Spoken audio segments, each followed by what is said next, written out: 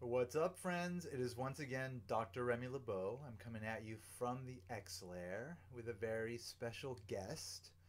A guest that you all are very familiar with because I've actually done another video of it. Uh, but I thought, given that she is such a beautiful statue, she deserves, the high definition video treatment. So here I am once again doing a video of Dazzler, Allison Blair, as produced by Bowen Designs. The statue was produced. Oh boy, here we go. All right, there it was produced in 2012. 2012. This is number 32 of 700. So there's only 700 of these in existence. Bowen Designs. Let me just give you a little twirl here so you can get a nice view of how awesome this statue is, and you can like really see in the video like the crystal ball uh, sort of glistening quality, which is really cool. It captures it very nicely. So Bone Designs, they've been known to like kind of create statues that are not necessarily of like the core characters of a particular team or a particular era, but are fan favorites. And Dazzler here is a fan favorite. I mean, there was a point where she actually was super popular, but I mean that popularity has died out. But she's beautiful and a pop star, and in the '80s, had a big following in like her own ongoing series, which eventually ended. But she's definitely got a huge fan following. It's kind of like a sort of like a fanatic type of fan following, and elements of this fan following are the ones that sort of got Bowen Designs, Randy Bowen specifically, thinking about actually producing a full size statue of Dazzler. And then, excuse me, and then finally getting him to actually produce it. Um, so I came into collecting at a point where she had not been even sneaked yet, and then finally there was a sneak by Bowen Designs in which we saw like a glimpse of what this statue could be. It was unpainted or something, and immediately it was just beautiful. This statue has been sculpted by Mike Cusinelli. Mike Cusinelli is a very talented guy who is known for kind of making like perfect female physiques, and he didn't disappoint here. I mean, you can see she's wearing like her skin tight jumpsuit, and like 70s sort of jumpsuit, and she's got a lot. She's got great curves. Like everything about her physique is beautiful, and it's just captured so well in this statue, just so well.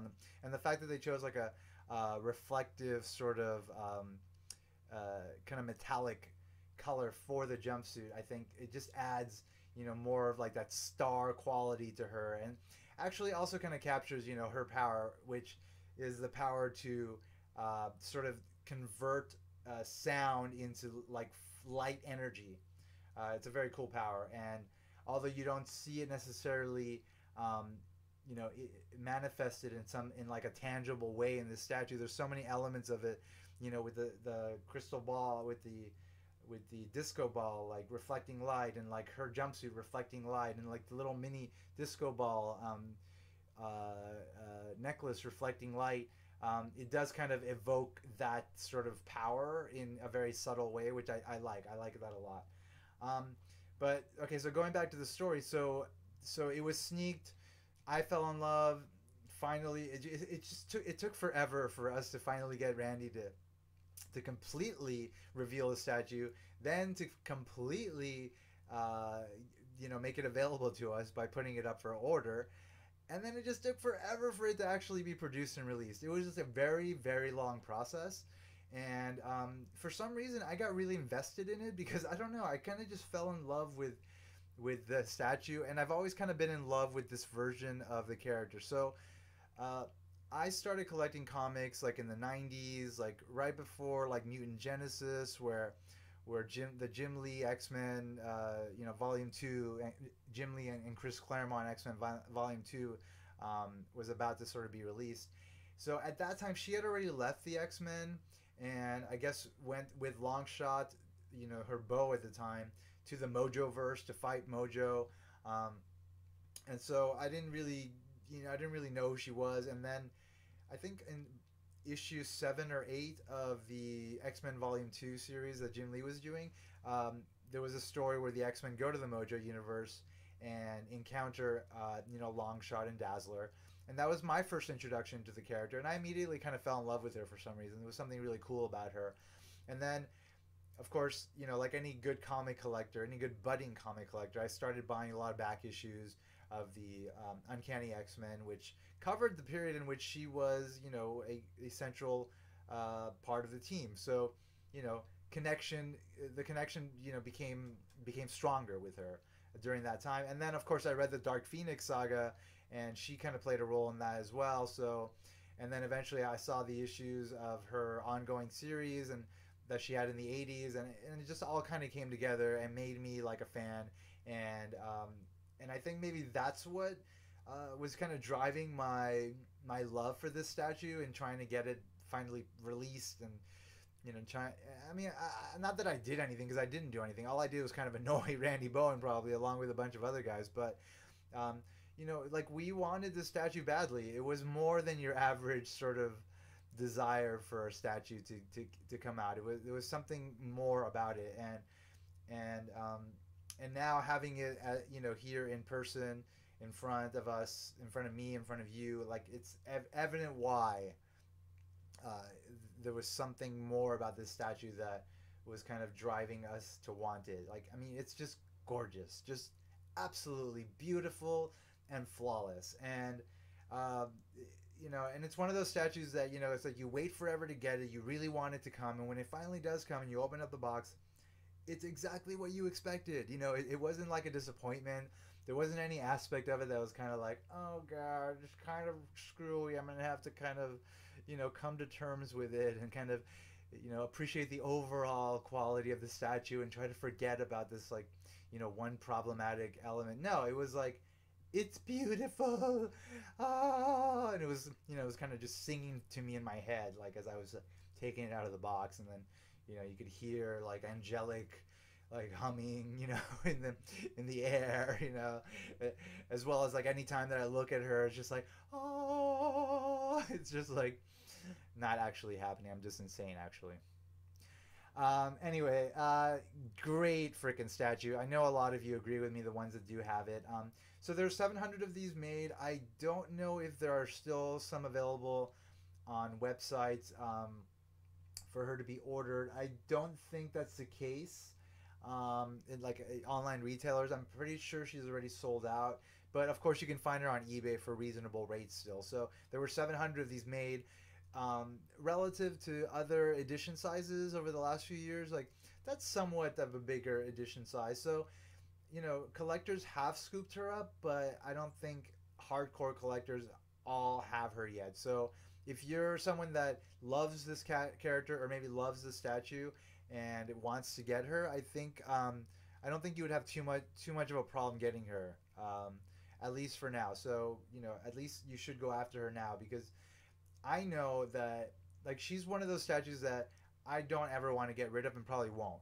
And there are times where, like, you might have to get rid of statues, or you're kind of making trade-offs as far as, like, what you can have in your collection because of space concerns, because you feel you've overdone yourself. So you wind up, maybe getting rid of a few statues. She will never be on that list of statues that I probably get rid of. And I'm sure that's the case with every single collector that's ever bought her. I haven't really seen anyone, like, put her up for sale unless they're doing, like, full collection sales. Even then, I don't think I've seen her. The point is, she's definitely a statue to have and to keep. So if you don't have her and you want to, you will have a problem getting her in a few years. Probably not right now. Right now it's 2013, April. She's out there. You want her, go after her.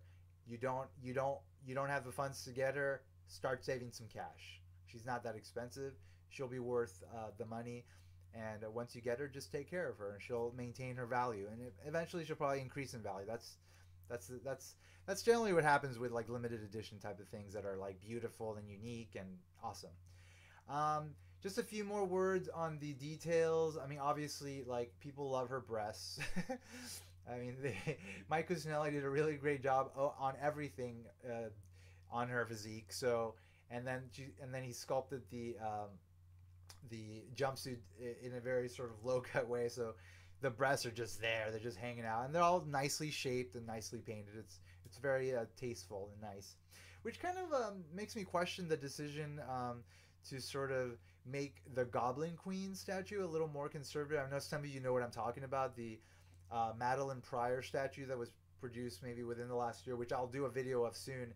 Um, Marvel asked Randy Bowen to cover up her cleavage, um, and which is really sad. So actually, some collectors have gotten customizers to uncover up the cleavage and like expose her breasts a bit more because it just that's how she's supposed to look. That's how she looked in the comics. For some reason, they made the decision to be more conservative with that one, but less conservative with Dazzler. Hey, cool. You know, cool for the breast lovers. There you go. You got some resin breast action for those that need that.